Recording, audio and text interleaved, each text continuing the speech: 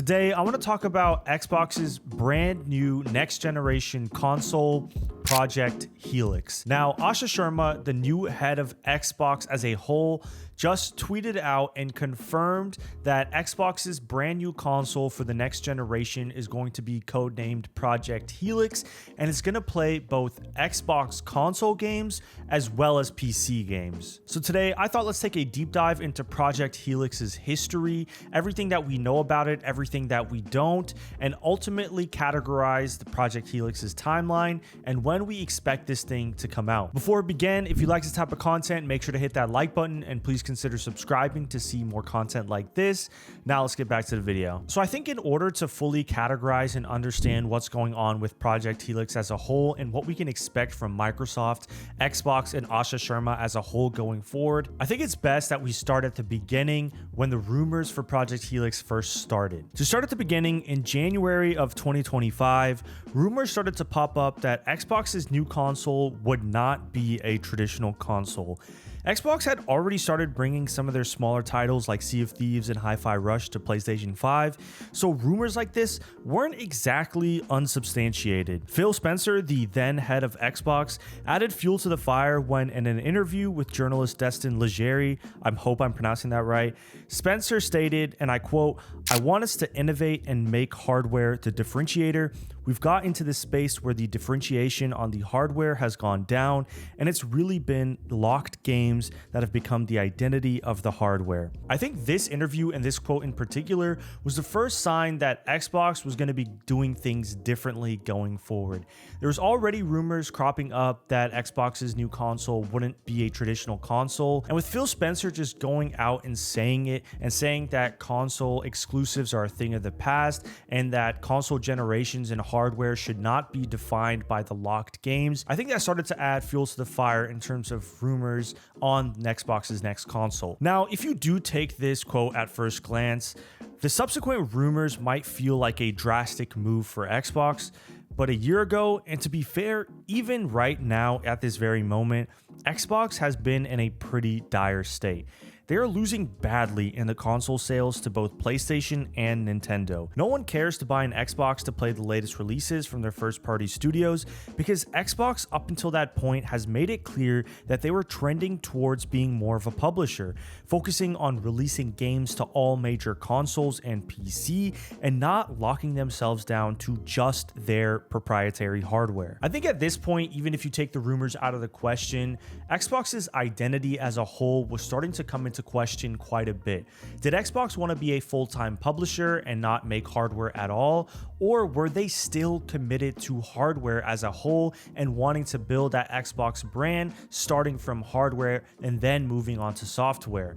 I think these rumors with the Xbox PC hybrid only added fuel to those fiery questions. And look, while the idea of an Xbox PC hybrid intrigued me and a lot of fans, Xbox needed to focus on the end user experience and how it felt to navigate this gray area in order for this next console to be anything of a success. Fast forward to August of 2025, YouTuber and known leaker Moore's Law is Dead dropped the complete spec sheet for the Xbox PC hybrid and what to expect. A lot of these rumors came from the Xbox and AMD hardware partnership that they had created, and these rumors suggested that this partnership was being used to fuel the new Xbox PC hybrid. And to be fair, the technical specs themselves looked pretty solid. The new hybrid reportedly featured an 11-core AMD Zen CPU with 68 RDNA GPU compute units with a performance target of native 4K at 120 FPS. Look, if we ignore the fact that native 4K at 120 FPS is almost damn near impossible for the most highest end of hardware that's available in PC gaming today, these performance targets sparked another concern with fans. How expensive was this thing going to be? Consoles for the longest time have lived in that $400 to $600 range, and for the majority of people, that is plenty expensive. The reason why consoles have been able to stay at this price for so long is due to the fact that console makers like Xbox and PlayStation subsidize their hardware. They're willing to take the hit in console sale profits because they know you'll be spending your money on their marketplace buying games and using and paying for their online services. Well, if you make an Xbox PC hybrid, Microsoft and Xbox as a whole can no longer rely on the revenue of their marketplace and online services. If this thing is truly a PC and can run Windows 11, that means you can buy your games from any storefront you want, whether that be Steam, Epic Games, or Xbox Game Pass.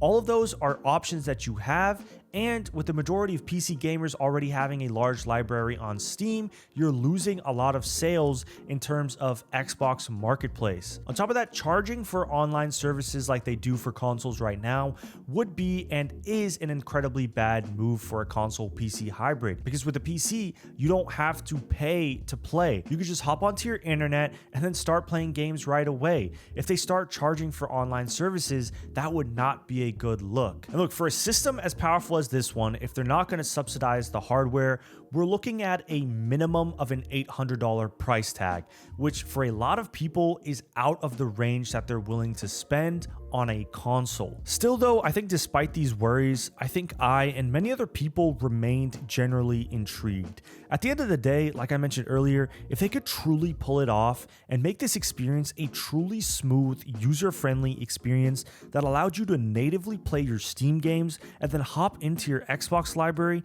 that is something that could provide a value to a lot of people. Speaking from experience, my two biggest libraries that I have right now are on Steam and on Xbox.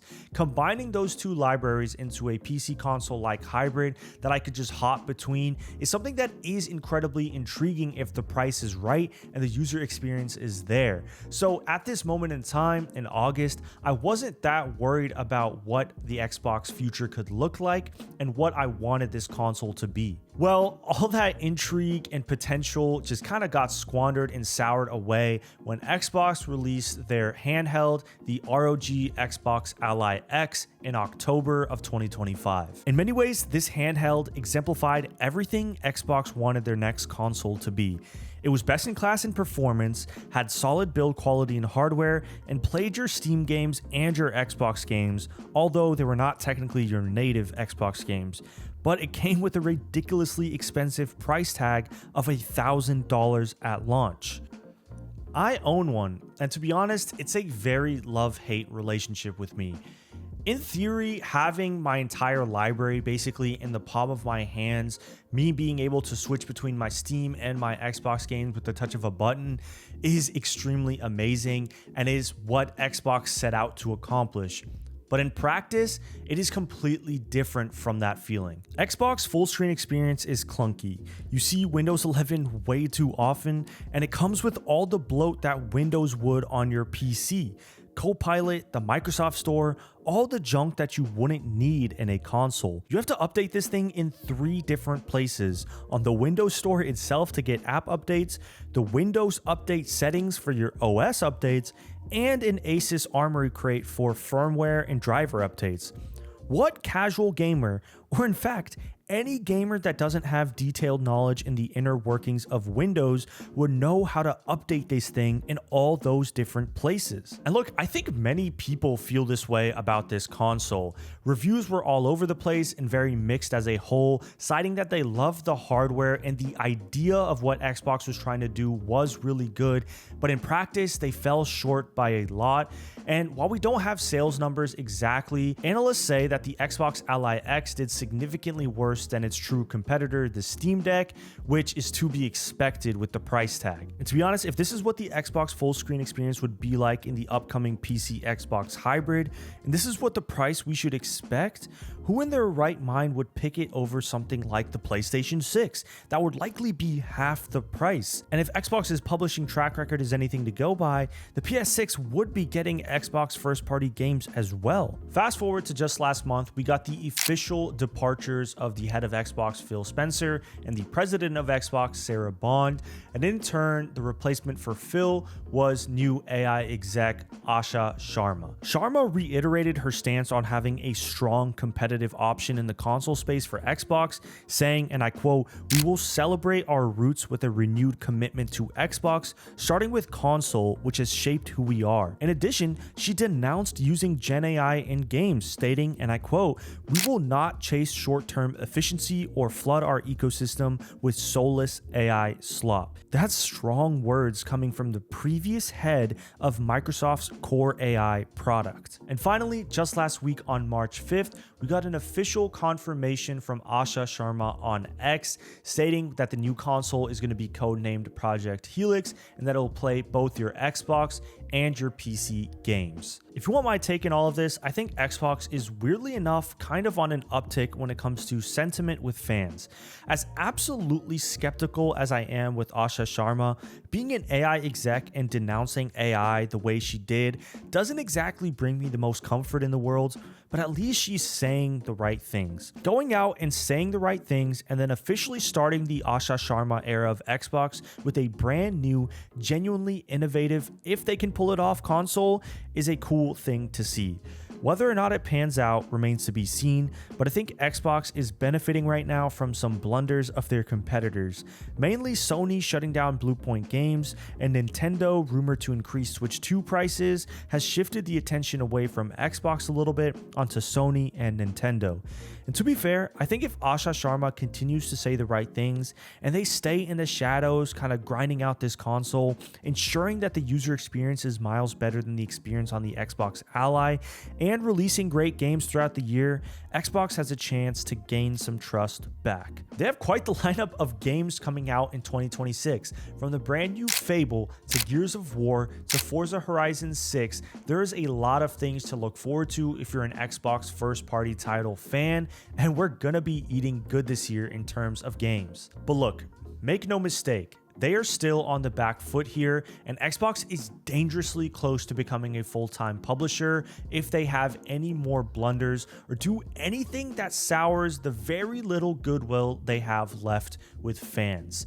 Only time will tell if they can pull off this Xbox PC hybrid, but if they do, I do think it's going to be something genuinely innovative and would have its own market of fans than a PS6 would. To wrap this all up, looking into the future, Asha Sharma stated that we're going to get a lot more information on what Project Helix is going to be in GDC in just a couple of days.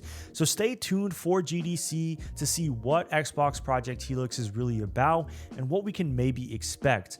They're targeting a 2027 release window, at least that's what the rumor is right now, but that could easily be pushed to 2028 due to the RAM and chip shortages, so only time will tell if they're able to pull it off in 2027.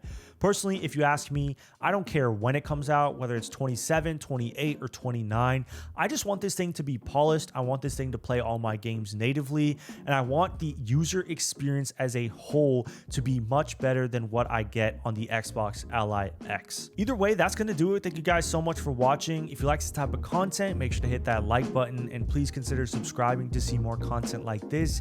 Let me know down below your thoughts on Microsoft, Xbox, Project Helix. I want to hear everything y'all have to say down in the comments down below. If you're enjoying where Xbox is headed, let me know. If you're not enjoying where Xbox is heading, also let me know. What do you think about Asha Sharma? Talk is cheap, but do you think she can back up what she's saying? I want to hear everything y'all have to say. But yeah, guys, it's been CGG. I'm out.